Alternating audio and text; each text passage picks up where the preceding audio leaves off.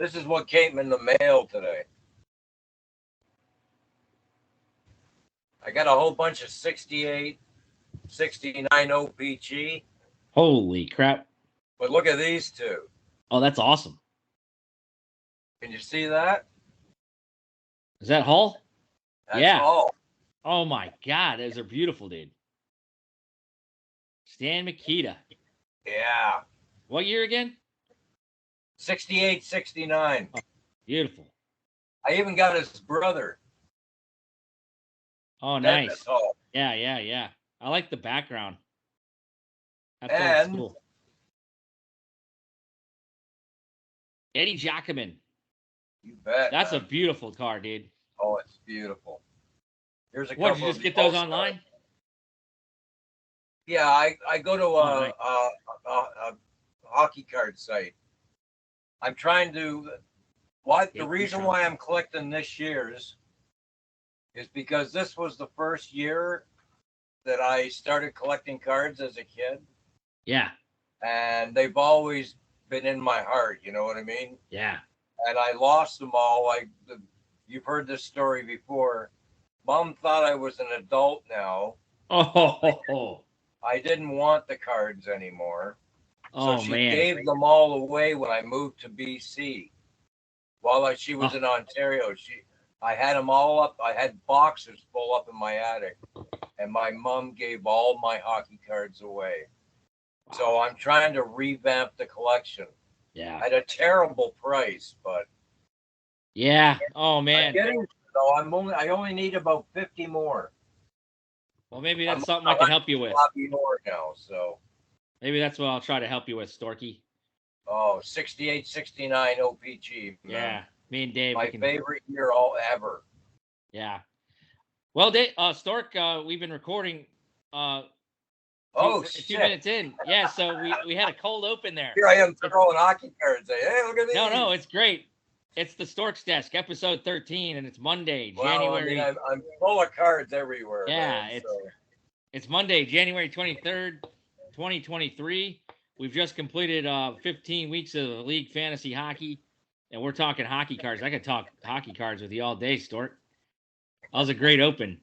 By the way, I don't know if we've ever talked about it on here. Maybe we did on the first couple of shows. What brought you to BC from Toronto or the Ontario area? Well, I had family out here. My older brother was out here, and I really idolized my brother. He moved out here in 78, I guess. And I just finished high school, and I wanted a change of scenery. I grew up in the projects, so I wanted a change, you know. It was, I grew up in a rough area in Toronto. Okay. And, there was nothing real. I miss all my old friends and everything like that, but I needed to make a change. And I'd been out to BC before, so it's not like I didn't know where I was going. And I just decided that I was going to move out here. Awesome. Yeah, so. Well, it's for sure. I've been here for 43 years now, so this is home now, right? Yeah. My kids and grandkids all here now, so. Yeah, that's cool. Yeah, that's a cool story. I mean, I think I talked to you about that before. I just couldn't remember if we've talked about it here on the Storksdesk for public record for our league. Just interesting to get to know more about our favorite Canadian. I see the Timbits in the background, Stork. Did you work today? No, but I'm going to be working on these after the show. I'm jealous. I'm definitely jealous of that. If a lot of our fellow players, I think everybody knows what a Tim Hortons is. We're not so lucky down here in the States. I grabbed my coffee too. I got my coffee. So gotta have the Timmies. Stork, we just completed our 15th week of hockey. It's been an unbelievable fantasy season. I've enjoyed it. We had a huge upset yesterday. Tim Kelly, DuPont Pipelers. I know you're happy. You're not booing this week. Pro etiquette. No, No, no, that was a good game by DuPont. Yeah, It was a much needed win for him. He needs, he needed that one badly, and that could be a nice inspirational victory for him, beating a top seed. So that makes him 5-10 now, and with only 6 games left, he's going to have to probably go 5-1 just to have a chance at a playoff spot. That's going to be a tough call, but I mean, if he can win all 6, he might be in better shape. But he's going to need to win 5 of the next 6 games for sure, yeah, and hope for a lot of help. yeah. Last week we ended up not having a Storksdesk, so I should run down Week 14 scores first. The aforementioned Probert Etiquette Dave, he was the #1 seed coming in this week after he trounced and Americans, myself, 16-3 last week. My worst beating of the season. Dave was just on fire. Nothing could go wrong for him that week. You ended up beating the Washington Wendigo 11-10. This was a non-divisional week, if you recall, last weekend. So that was a big win for Langley to get you to 500 at the time. The guy we just mentioned, the DuPont Pipe Players, in a toilet bowl matchup, 1-point win over the struggling Texas Freezing Mike, who's that's up. Jaden just could not. He had that win in his hands that weekend, and then it was tied again, and then he lost. Pretty much same fashion that he's been doing all season. 11-10. Tim won last weekend, so Tim's getting a little hot, and he plays me this week. The Nova Fire Brigade ended their long skid. They got a big win over DB Cooper. That was a statement win for Scott Lanham, 11-8. And then the Wyoming Great Apes, they stumbled against the Frozen Norsemen's 14-5. That was one of their worst losses of the year. They rebounded nicely this week. And then we had our, I can't remember, is this like, I think we've had 4 ties now. The Woodpeckers and Huma. That was Grapes' matchup of the week last week. It was a real good one. Those guys came to a 10-10 draw. And then that brought us into our first ever rivalry week. Rivalry week, Stork are dubbed the last meetings of teams in their respective divisions. So a bunch of teams were going for a sweep this week. Woody Woodpeckers avoided a sweep. They defeated the Adden Americans 11-10. So Jimmy's coming off 2 straight stinging losses. Mark avoids the sweep. He's now 500 at 7-7-1 and sniffing a playoff spot. Anna drops out of the playoffs, falls to 8-7. They're in 7th place right now. Langley Scorpions had a great weekend. You guys beat the Frozen Norsemen pretty good, and bring out the broom, Stork. 16-5. You guys sweep Nick's Frozen Norsemen. You go to 8-7 and are now in that playoff spot because you beat the Adden Americans. Nick Reedy falls to 5-10 with the Frozen Norse. The Nova Fire Brigade just stomped on Texas Freezing Kuznetsovs. They also sweep. Jaden could not get a win this year against Scott. Scott now 9-6. Jaden 1-12-2. So he's looking pretty secure as being the last place team at this point. DB Cooper, he needed this one. He barely beats Yuma 11-10. Julio squad, a heartbreaking loss. They dropped to 6-7-2, and their playoff chances have taken a hit. They're going to have to pick it up a little bit. DB Cooper 10-5-0 now reclaims the top spot because he has beaten Pro Etiquette twice this year. DB Cooper did sweep Yuma, by the way. Julio. My names are fumbling here. The Wyoming Great Apes and their little losing skid. They beat the Wendigo, another 11-10 win. Josh is now 10-5-0. He's second overall in Grapes' rankings. Big loss for Whalen's squad. He goes to 8-6-1. He's still in the playoffs at this moment, but he's going to want to. I think his goaltending might need some attention because I think he has he has Stu Skinner, but he had Brian Elliott as well. He's like a scavenger when it comes to goaltender, Stork. He's been picking goaltenders off the waiver wire. And then the DuPont Pipe Players, the upset of the week, like you said, they're 5-10 down. Maybe a little spark. Maybe they can put a little streak together and make a big playoff run. It'd definitely be a spoiler here in the last 6 weeks. Probert Etiquette, a huge loss, 10-5. We'll have to examine that one here in a little bit. So, like we said in the Gretzky Stork, DB Cooper's on top, a 9-2 division record for Mark Raymond. Probert Etiquette has an 8-3 division record, as they're 10-5. Langley Scorpions, you guys are 6-5 in the division, 8-7, and hold that last playoff spot. Julio's Huma, 6-7-2. They are only 4-7 in the division. They're hurting in the division. DuPont Pipelers are 3-8 in the division. They're 5-10, and Frozen Norsemen are 5-10, also 3-8 in the division. Ovechkin division, Josh, looking pretty good. He's 10-5. He's above water there. We kept thinking he was going to come back to the rest of the pack in the Ovechkin, but he is still the number one team there. He's 7-4 in the division. Nova Fire Brigade, they're starting to heat up after a big cold streak. They're 9-6 and 6-5 in the division. The Wendigo have the best division record, 7-3-1. They're 8-6-1 overall. Adna comes back a little bit. They're 8-7, 7-4 in the division. Woody Woodpeckers, watch out for these guys. They're back. Thought they were left for dead. 7-7-1 is Mark at 500. 5-6 in the division. So we'll see if he can come back. And then Texas, 1-12-2. He has got a goose egg for a division record, 0-10-1. So what do you think, Stork, of the last 2 weeks? What stands out? Well, it's actually with all those upsets the last couple of weeks, the standings is getting a little tighter. If you look at first place and 8th place, there's only 2.5 game difference. And yes, there's only 6 games left, but we could be doing a lot of leapfrogging in the next few weeks between these teams. But don't count out 7th place to 9th place or even 10th or 11th. Because, like I mentioned before, if DuPont and the Norsemen can get hot down the stretch and win at least 5 games, they can make it really interesting.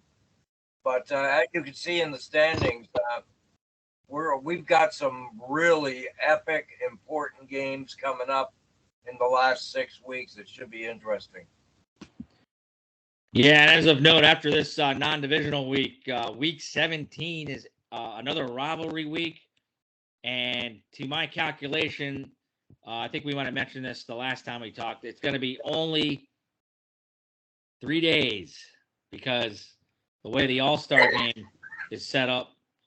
So it's going to be – that's a big divisional week.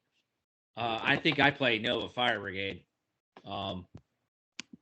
Stork, you're going to be playing Huma. So that's a big one for me. Yeah, and Probert and DB Cooper go at it. So that's a monster matchup for just 3 days. So I'm trying to advertise that. I got revenge on my mind against Huma because they beat me last time. So yeah. I won't be letting off the brakes on that one. I'll be full bore at Huma next week. I haven't looked at the schedule for those 3 days. I know we have to get through week 16, but still not too early to strategize. That's going to be important. Everybody's going to be at the same, I guess you could say, disadvantage due to the scheduling. It could be interesting to see if I'm pretty sure those 3 days would be pretty meaty in the schedule. I haven't looked at the schedule yet, but not too early to forecast and set up for success maybe this week to strategize for next week. And in case people don't know, week 17 is an extra long week. It goes from the 30th of January until Sunday, February the 12th. So is it? It's going to be a long, grueling week, week 17. Oh, so I totally just I thought it was just 3 days, Stork. No, it's an extra long. It's a marathon. Oh, okay. Then I'm totally thinking wrong. I thought it was extra short. No. Are we We've sure? got the All-Star break right in between week 17. So Because it doesn't tell me the dates.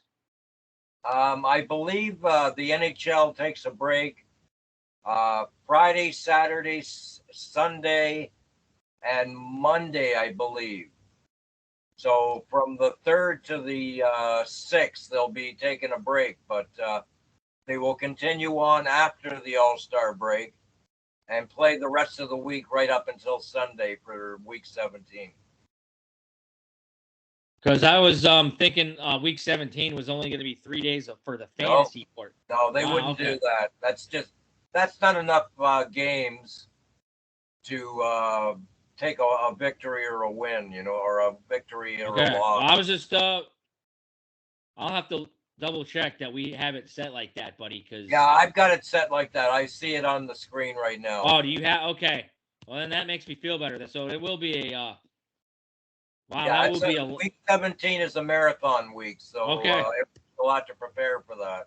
Then I had given out wrong information there, and you totally corrected me. So I'm glad you just told me that. So That's for your deputy commissioners. yeah, I know. I thought it was just going to be a mini 3 days, but instead it's going to be like week 1 where it's extended. So get used to those 2 opponents. Break, I believe, in between. I think it's 4 games. All right. Say. Because I know we have 21 weeks. They're off Friday, Saturday, Sunday, and Monday. Okay. So that makes me feel a little bit better about the competition. Probert and DB now Cooper. Actually, Monday, after the All-Star break, there is a couple of games. So they're taking a 3-day break, I believe. And I'm going to just check Thursday and see what's going on then. Nope, they're going Thursday, Friday, Saturday, Sunday is the break. All right. So we'll be playing Monday, Tuesday, Wednesday, and then starting up again on Monday. All right. Sounds good. So that'll be week 17. Let's go back to our non-divisional week, week 16, Stork. Matchups between the divisions. It's been dead even. The Gretzky and the Ovechkin are 11-11 and 2 versus each other. Who's going to take the bragging rights, you think? Who's the better division? I say the Ovechkin's been better than you guys over there in the Gretzky, but how do you think? Who's going to win this battle? There's some good teams in both sides, although teams like Washington and, of course, yourself have been kind of slipping a little bit lately, and we have. It's gotten more over to the Gretzky side as we've caught up a little bit. We were behind, but I mean, both divisions are going to be great, and when you combine the whole league and pluck out the top 6, both divisions are going to be flying high. Only one team we can say is out of the race, really. Yeah, and as I pull up some notes here, our trade deadline is exactly about 1 month from this date, but it's on a Wednesday, February 22nd. I'm banging the drum, guys. We had a big trade today. Myself, Adna Americans. This is our 3rd trade of the year, Stork. I think there's only been 4 trades in our league, and I've been a part of 3 of them. If I don't recall, 3 or 4, or 4 or 5. I mean, I think it was 4 trades we've had.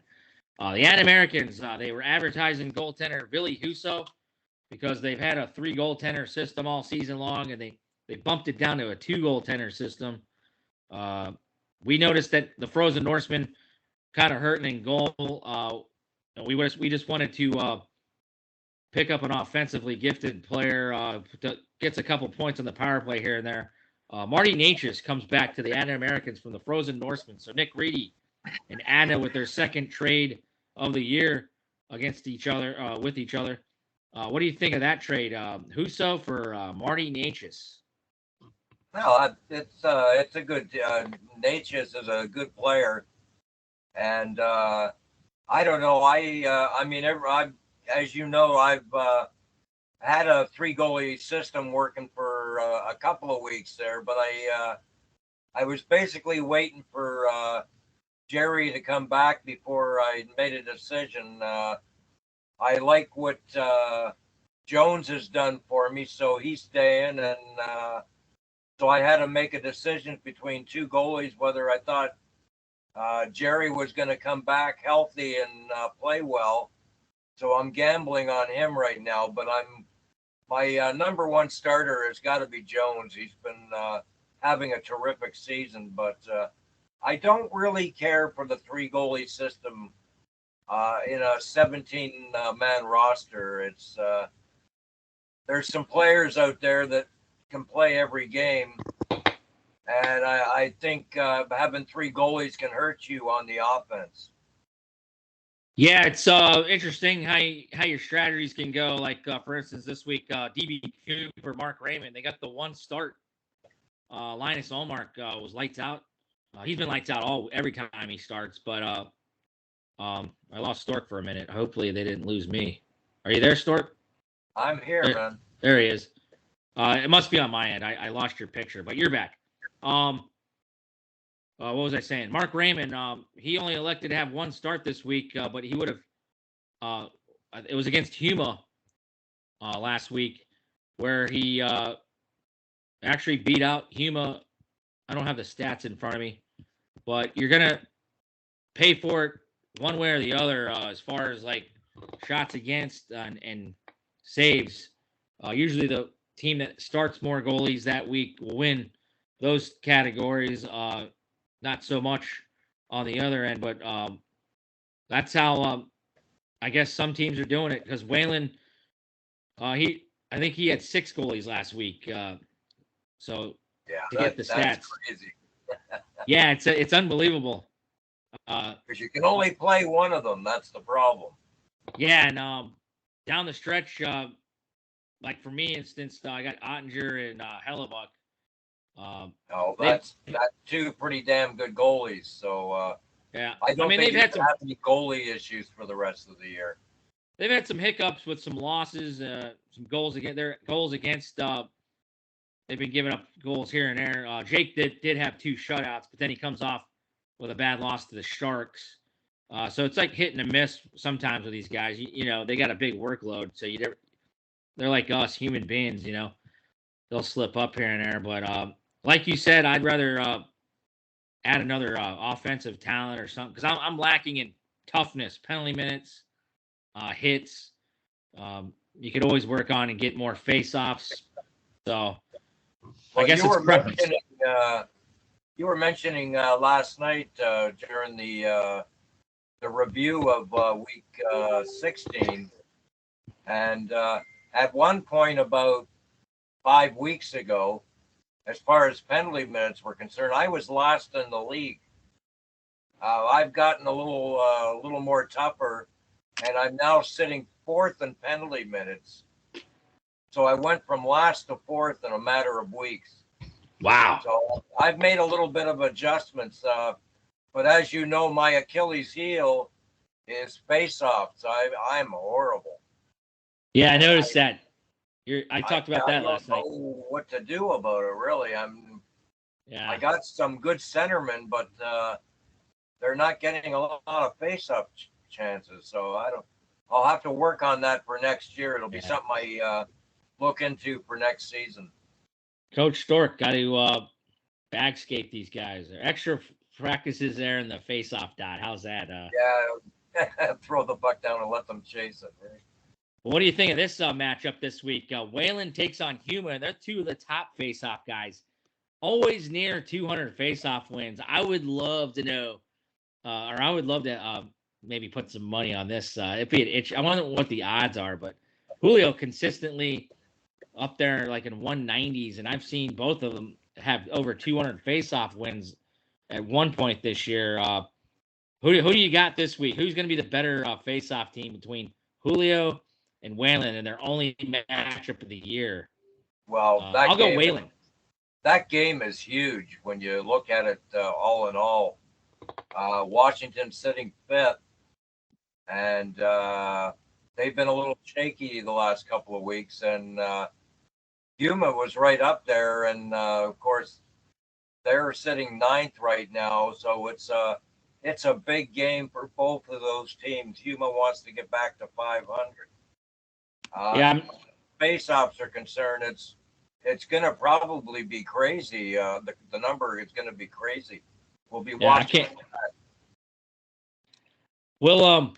We'll report next week on episode 14 who won that face-off battle. But yeah, like you said, both these teams need it. I'm noticing Whalen. I'm looking at his roster again. This guy, he weeded out most of his IR guys and got healthy, and I'm noticing he's just banged up again. I mean, Ovi's been out. I heard Ovi's practicing again. He's missing Mark Stone, Jake DeBrusque, Gabe Landeskog has been out all year, and I'm just noticing now TJ Oshie is out. I don't even know what happened to him. So Whalen's banged up. And then on Oshie, Puma, the last couple of years it's been rough for him. He's trying to stay healthy. He doesn't seem to be able to stay healthy for very long. And it's the way he plays, Jimmy. I mean, Oshie's he gives you 110% every shift. yeah. And I think it's just it takes a toll on the body when you've done that for as many years as DJ's done. So it doesn't surprise me that he's hurt again. Yeah, I'm always. He's got an upper body injury. I'm not sure exactly what it is, but I'm sure we can find out. From what I heard, like last year, he broke his foot, and then he got hurt. Then it caused some back issues last year, and I think that's been his nagging Achilles heel. But he's only 5'10". I keep thinking he's over 6 foot too. So I mean, he plays big. No, but he's just a little guy, but he plays big for sure. Yeah. I always think he's bigger than 5'10". But speaking of Achilles, we lost Max Pacioretty. I think he came back from that Achilles, and then just heartbreaking to see. And we also lost Josh Norris again. So guys are losing time on the season. And then Cole Caulfield, I think he was on Mark Wood's team, right? Cole Caulfield is done for the year, shoulder injury. So massive injury news this week to report. That's going to hurt the cause for the Woodpeckers, that's for sure. So it's been crazy. Guys, so we're running low on time here, Stork. It's been a great show. What else should we talk about to wrap up the Week 13 episode? It's Week 16 in our league. We got the All-Star. Is there any All-Stars? I mean, I know you're probably not the biggest All-Star game guy, but it's about being honored, But here's the thing about the All-Star game. Back in the 70s and 80s, I watched the All-Star game with a passion. And, I mean, the players were trying to win. I mean, they were playing for something back then. It wasn't just let's go out and have some fun. Yeah. I mean, these guys played hard. They hit, and it actually, there was a few games. I mean, obviously, this is before your time, but these guys wanted to win. I mean, they wanted to win the game. And I don't know. It's just over the last few years. The one thing I do like, I mean, the hockey is, I mean, I can go watch some pond hockey up the street. It's about the same stuff, right? Yep. I do like some of the competitions they have, though. Yeah. I don't know if you remember back in the 70s, they had a show called Showdown. And it was all the best players at each position. And they were doing different events like target shooting and all that kind of stuff. It was fun to watch. Yeah. And what they do now is fun to watch, but I would rather watch the individual competitions like the fastest skater and all that. I'd rather watch that than the game itself. Yeah. The skills competition is that Friday night. I believe that's my birthday, February 3rd. I think ESPN here in the States has it. The normal guys up there north your way. But the fan voting was complete earlier this week. The extra players named to the teams was Austin Matthews, David Pasternak, and Andre Vasilevsky in the Atlantic. In the Metro is the Breadman, Artemi Panarin, uh, Adam Fox, another Ranger, and Ilya Sorokin from the Islanders.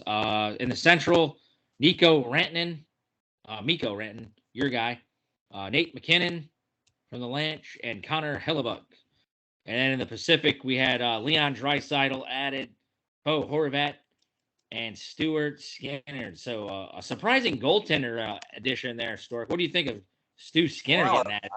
I was surprised with Skinner getting selected. Yeah, but I He's mean, he hasn't done too bad for a team that his offense first mentality. He's been actually keeping them in a lot of games until McJesus decides to go out and score a goal. yeah, So, and he does that at will, as we know. If he just decides he wants to score a goal, that's where he's going.